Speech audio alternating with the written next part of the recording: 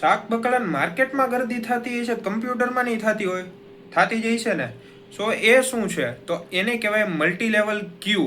એટલે કે ઘણી બધી એવી જગ્યા હોય, ઘણી બધી એટલી ક્યુ હોય, એટલે કે લાઈન કે જ્યાં ધક્કા મુક્કી થતી હોય, કોને ક્યારે પ્રોસેસ કરવી, કઈ રીતે કરવી, સો એને કઈ રીતે મેનેજ કરવું, તો એના માટે છે મલ્ટી લેવલ ક્યુ શેડ્યુલિંગ.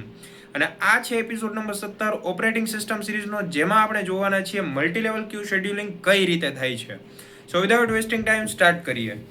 સો જ્યારે સિસ્ટમમાં અલગ અલગ પ્રકારની પ્રોસેસ હોય, જેમ કે સિસ્ટમમાં ગેમ્સ, ઓફિસ વર્ક અને બેકગ્રાઉન્ડ ડાઉનલોડ, ત્યારે બધી પ્રોસેસને એક લાઇનમાં રાખવાને બદલે તેમને અલગ અલગ લાઇનમાં વેચી દેવામાં આવે છે. હવે આ વસ્તુ હું તમને બહુ ઇઝીલી સમજાવું ને તો એક નીચે જુઓ, તમને એરપોર્ટનું એક્ઝામ્પલ આપ્યું છે. સૌથી નીચે જુઓ, વિચારો કે એરપોર્ટ ઉપર સિક્યોરિટી ચેક માટે અલગ અલગ લાઈનો છે. તો હવે એવું તો ન હોય કે એક જ લાઈન કરે ને 10 સિક્યોરિટી ગાર્ડ આવે, એવું નહીં કરે. એ 10 અલગ અલગ ગેટ બનાવશે ને 10 જગ્યાએ અલગ અલગ કેટેગરીમાં લોકોને વેચી દેશે. 100 લોકો હોય તો બધી જગ્યાએ 10-10 લોકોને મોકલો, બરાબર. તો એમાં પહેલી લાઈન છે એ કોના માટે છે, તો પહેલાં ક્લિયર કરવાની છે બિઝનેસ ક્લાસ ને વીઆઈપી લોકોની. તો આ લાઈનને સૌથી પહેલાં ક્લિયર કરો. ત્યારબાદ તો બીજું છે ઇકોનોમી ક્લાસવાળા. તો આ લાઈન છે સામાન્ય લોકોની, જે વીઆઈપીની પછી ક્લિયર થાય, એટલે પહેલી લાઈન પછી ક્લિયર થાય. ત્યારબાદ છે ત્રીજી સ્ટાફ એન્ડ ક્રૂ, કે જે એમાં એ લોકો કામ કરતા હોય, કે એરપોર્ટમાં કામ કરતા હોય એરોપ્લેનની અંદર. સો એ લોકોની લાઈનને છેલ્લે ક્લિયર કરો. સો આવી રીતે એક પછી એક લાઈનને ક્લિયર કર્યું. પહેલાં વીઆઈપી, પછી સામાન્ય લોકો એટલે કે જનરલ કેટેગરીવાળા, અને ત્યારબાદ લાસ્ટમાં તો એનો સ્ટાફ. ઓકે, સો આવી રીતે લાઈન ક્લિયર કરી, ગરદી ન થઈ અને કામ થઈ ગયું. એવી જ રીતે કમ્પ્યુટરની અંદર એક સાથે બહુ બધી પ્રોસેસ ચાલતી હોય ને એને કઈ રીતે શેડ્યુલ કરે, એને કહેવાય મલ્ટી લેવલ શેડ્યુલિંગ. સો અહીંયા વચ્ચે ઉપર લખ્યું છે કે હાઉ ઇટ્સ વર્ક, કે કઈ રીતે કામ કરે છે. સો ક્લાસિફિકેશન, પ્રોસેસના પ્રકાર મુજબ તેને ચોક્કસ લાઇનમાં મૂકવામાં આવે.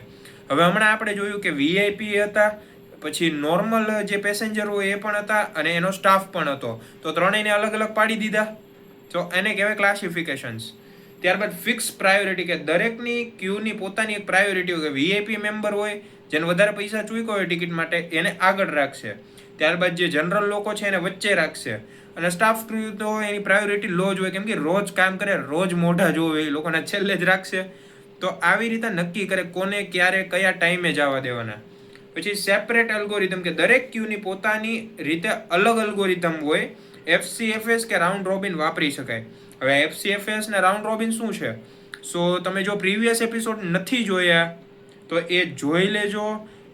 એપિસોડ નંબર 13, 14, 15 ને 16, આ 4 એપિસોડ એવા છે કે આ એપિસોડ તમને સમજવામાં બહુ યુઝફુલ છે. અને એ 4 એપિસોડમાંથી કોઈ પણ એક એપિસોડ તો એવો છે જ કે જે તમારી એક્ઝામમાં જોવા મળશે એ ટોપિક. ઓકે, તો એ જોઈ આવજો. ન જોયું હોય તો પણ અત્યારે આપણે આ સમજી લઈએ. સો એને શું કીધું કે દરેક ક્યુની અલગ અલગ રીત હોય કે કઈ રીતે જવા દેશે. તો જેમ કે વીઆઈપી મેમ્બર છે તો એને આમ કંઈ બહુ ચેક નહીં કરે, આમ ખીચામાં માવા છે કે નહીં, કોટમાં માવા છે કે નહીં, ચેક નહીં કરે. તો એની એટલી પ્રાયોરિટી કે એને ખાલી ઉપરથી આમ મશીનથી ચેક કરો.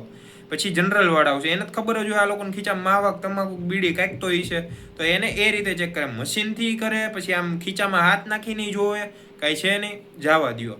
અને લાસ્ટમાં લો પ્રાયોરિટી, ખબર જ છે ભાઈ રોજ અહીંયા સ્ટાફ આવે છે, કાંઈ હશે નહીં, ત્યાં જ અહીંયા કામ કરતા હશે, એની ઉપર કાંઈ ચેકિંગ ન થાય ભાઈ, એને જવા દો ગઈ. તો આવી રીતે એક એલ્ગોરિધમ ફિક્સ હોય કે આટલા લોકોને આવી રીતે ચેક કરવાના, આટલું જ ચેક કરવું, બરાબર.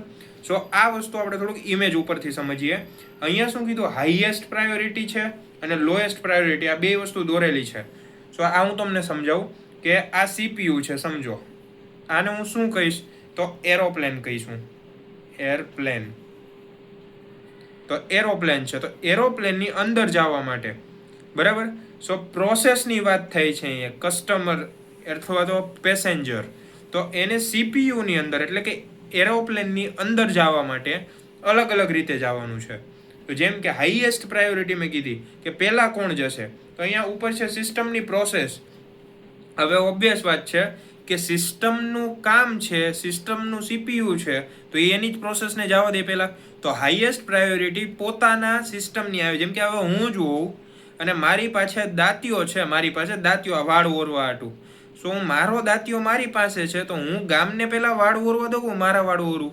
તો હું મારા વાળું ઓરીશ, આમ કોમ્બ કરીશ, અને ત્યારબાદ જો બીજો કોક માગે ને તો એને દાંતિયું આપીશ. હવે સમજ્યા કે સિસ્ટમ પોતાના સીપીયુને પોતાના કામ માટે પહેલાં વાપરશે, એટલે કે હાઈએસ્ટ પ્રાયોરિટીમાં વાપરશે. સો આને આપણે સમજીએ વીઆઈપી કસ્ટમર, બરાબર, પેસેન્જર. ઓકે, સો એમાં કઈ રીતે કામ કરશે? સિસ્ટમને ખબર છે કે ભાઈ મારે મારી પ્રોસેસને પહેલાં કામ કરવા દેવાની છે, બરાબર. જેમ કે હું મારા દાંતિયાથી હું પહેલાં વાળ ઓરીશ, તો સિસ્ટમને એ પણ ખબર હોવી જોઈએ કે મારી પાસે 1000 પ્રોસેસ છે, કઈ પ્રોસેસને ક્યારે મારે કામ કરવા દેવાની. તો એના માટે વપરાય છે FCFS, ફર્સ્ટ કમ ફર્સ્ટ સર્વ, કે જે પ્રોસેસ પહેલાં આવે એને પહેલાં કામ કરવા દો, જે પ્રોસેસ પછી આવે એને પછી કામ કરવા દો, અને એના પછી જે પ્રોસેસ આવે એને એના પછી કામ કરવા દો. સો FCFS સમજવું હોય તો એપિસોડ નંબર 13 જોઈ લેજો, એટલે તમને ડીપમાં ખબર પડી જશે કે હું શું કહું છું. સો FCFSની રીતે કે ભાઈ મારી પાસે હજારો પ્રોસેસ છે, તો એમાં જે પ્રોસેસ પહેલાં આવશે એને હું કામ કરવા દઈશ. તો આ થઈ ગયું હાઈએસ્ટ પ્રાયોરિટી.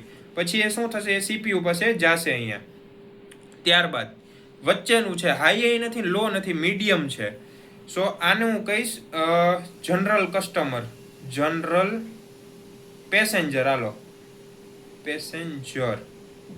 સો જનરલ પેસેન્જર છે એ લોકોનું શું હોય કે ઠીકઠાક હોય કે ભાઈ મશીનથી ચેકિંગ કરો ને હાથ પાદ નાખીને આમ ખીચામાં માવો કાઢી લ્યો, તો આટલું જ હોય. સો એને કઈ રીતે આપ્યું? શોર્ટેસ્ટ જોબ ફર્સ્ટ, કે એરોપ્લેનમાં મારે મોકલવા જ છે, તો જેનું કામ પહેલાં થતું હોય એને મોકલો ફટાફટ. હવે આ વસ્તુ હું તમને કઈ રીતે સમજાવું ખબર? કે એક પાસપોર્ટવાળા છે કે લાઈન છે, મતલબમાં કે પાસપોર્ટ ચેકિંગ કરે છે અહીંયા જનરલ કસ્ટમરનું. જેની પાસે પાસપોર્ટ અત્યારે હાથમાં છે એને ચેકિંગ કરવાના નથી ને, જે મતલબમાં ગોતવાના છે એને વાહે જવા દો. તો ટાઈમ ઓછો લાગ્યો એ ગોતે અને કંઈ તમને આપે ચેક કરો, તો એના કરતાં એને વાહે જવા દો. જેની પાસે પાસપોર્ટ છે એને આગળ રાખો. પછી બીજા અમુક જરૂરી ડોક્યુમેન્ટ છે એ જેની પાસે છે ને એને આગળ રાખો, કે ઓછા ટાઈમમાં આપણું કામ પતી જતું હોય ને, કે ભાઈ આ 10 જણા અહીંયા ઊભા છે, બધાય પાસે એવું જરૂર નથી પાસપોર્ટ છે જ કે નથી કે બધુંય જોહે. તો સમજો કે મારે ટિકિટ પણ જોતી છે, પાસપોર્ટ પણ જોતો છે, ને આધાર કાર્ડ પણ જોતું છે. તો આ 10 જણામાંથી 3 જ જણા એવા છે કે ત્રણેય પાસે આ વસ્તુ છે. બીજા 3 જણા એવા છે કે એના પાસે એક વસ્તુ પાકીટમાં છે એટલે કાઢવામાં વાર લાગશે, અને વાહેના 3 જણા એવા છે કે એને હજી કંઈ કાઢ્યું જ નથી, તો એ લોકોને છેલ્લે રાખ્યા. જેની પાસે બધું હતું એને આગળ રાખ્યા, પછી એક વસ્તુ કાઢવાની હતી એના પછી રાખ્યા, ને જેને હજી બધું કાઢવાનું બાકી હતું એને છેલ્લે રાખ્યા. સો આવી જ રીતે ઇન્ટરેક્ટિવ પ્રોસેસીસ, જેમ કે હું કહું, તમે પ્લે સ્ટોરમાં ગેમ ડાઉનલોડ કરતા હોય, એક 5 MBની ગેમ છે, એક 500 MBની ગેમ છે, અને એક 5 GBની ગેમ છે. પહેલાં કઈ ડાઉનલોડ થાય? પહેલાં 5 MBની ગેમ ડાઉનલોડ થાય. કેમ કે ઓછા ટાઈમમાં ડાઉનલોડ થાય. તો પહેલાં એને ઇન્સ્ટોલ કરશે કે ભાઈ પહેલાં 5 MBને કરો ડાઉનલોડ, પછી તો 500 MB, કેમ કે 5 GB કરતાં 500 MB ઓછું છે, ઓછા ટાઈમમાં કામ પતી જશે. તો એના પછી બીજો વારો આપો, લાસ્ટમાં 5 GBને વારો આપો. ખબર પડી ગઈ? તો આવી રીતે સિસ્ટમ નક્કી કરશે કે આ પ્રોસેસને મારે અત્યારે જવા દેવી, કેમ કે એ ઓછા ટાઈમમાં કામ પતાવે, તો એ ડાયરેક્ટ CPUને મોકલશે. એટલે લાસ્ટમાં ઓછામાં ઓછી પ્રાયોરિટી કોની છે? તો બસ બેચ પ્રોસેસની, કે નક્કી કરી લીધું છે કે ભાઈ આ પ્રોસેસને પહેલાં જવા દેવાની, આને પછી જવા દેવાની. હવે બેચ પડી ગયા છે, તો હવે હું પ્રાયોરિટી આપી? કામ તો હવે કરવાના જ છે એ લોકો. સો અહીંયા રાઉન્ડ રોબિન, કે ભાઈ કામ કરો તમે, વારાફરતી કરો. ખબર પડી ગઈ? હવે આ વસ્તુ હું તમને ને બહુ ઇઝી વેમાં સમજાવું કે એક ક્લાસ છે, સમજો બનાવી દઉં. એક ક્લાસ છે અને અહીંયા 2 જ કમ્પ્યુટર છે. કેટલા? 2. અને અહીંયા 20 સ્ટુડન્ટ છે. Student, okay. સો 20 સ્ટુડન્ટ છે અહીંયા. તો 2 કમ્પ્યુટરમાં શું થશે કે આ લોકોને 10 કલાકનો ટાઈમ આપ્યો છે. કેટલા? 10 કલાક. સ્ટુડન્ટ કેટલા છે? 20 કલાક. સો ઈચ સ્ટુડન્ટ 30 મિનિટનો ટાઈમ મળશે. કેટલો? 30 મિનિટ. કેટલા પર સ્ટુડન્ટે? સ્ટુડન્ટ. સો અહીંયા શું થશે? આ 20 જે લોકો છે ને, 10 લોકો અહીંયા જશે સ્ટુડન્ટ, અને બીજા 10 સ્ટુડન્ટ અહીંયા જશે સ્ટુડન્ટ. સો હવે શું થશે? 2 કમ્પ્યુટર છે. સો અહીંયા 10 સ્ટુડન્ટ 30 મિનિટ વારો લઈને કામ પતાવી દેશે, અને બીજા કમ્પ્યુટર પર પણ સેમ, કે 30 મિનિટના વારામાં બીજા 10 સ્ટુડન્ટ કામ પતાવી દે. તો 2 કમ્પ્યુટરમાં 10 કલાકની અંદર 20 સ્ટુડન્ટે કામ પતાવી દીધું. એવું જ નહોતું કે એક સ્ટુડન્ટે બધું કામ કર્યું, બધાને વારો મળ્યો, હરખો વારો મળ્યો ને કામય પતી ગયું. સો બસ આને જ કહેવાય બેચ પ્રોસેસ, લો પ્રાયોરિટી, જેમાં આવે રાઉન્ડ રોબિન.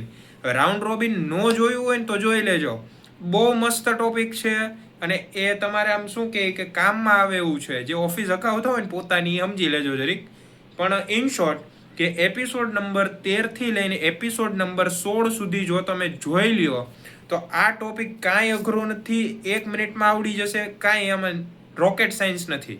સો આટલું જ હતું કે ભાઈ અહીંયા બેચ પ્રોસેસ છે તો આમ બેચ પાડી દેવાની. જુઓ બતાવું તો આમ બેચ પાડી દેવાની. હવે સમજો કે 10 પ્રોસેસ છે, બધાને શું કરવાનું, 3-3 મિનિટનો ટાઈમ આપો. 3 મિનિટનો ટાઈમ આપ્યો, થાય નહીં કામ પણ એટલો ટાઈમ આપો. સો આને કહેવાય બેચ પ્રોસેસ. તો આવી રીતે સીપીયુને કામ મોકલી દેશે કે ભાઈ આટલા બેચમાં કામ કરાવી દો. સો ઇન શોર્ટ કાંઈ નહોતું, મલ્ટી લેવલ ક્યુ શેડ્યુલિંગ એટલે કે ઘણા બધા કામને એક સાથે શેડ્યુલ કરવાની રીત ખબર પડી ગઈ. સો આઈ હોપ કે બધી ખબર પડી જ ગઈ હશે. અને જો તમને વિડીયો પસંદ આવ્યો હોય તો વિડીયોને લાઇક કરો, ચેનલને સબસ્ક્રાઇબ કરો અને આ વિડીયોને તમારા બધા મિત્રો સુધી શેર કરો જેથી તેમને પણ આ વિડીયો હેલ્પફુલ બની રહે. તો મળીએ નેક્સ્ટ વિડીયોમાં.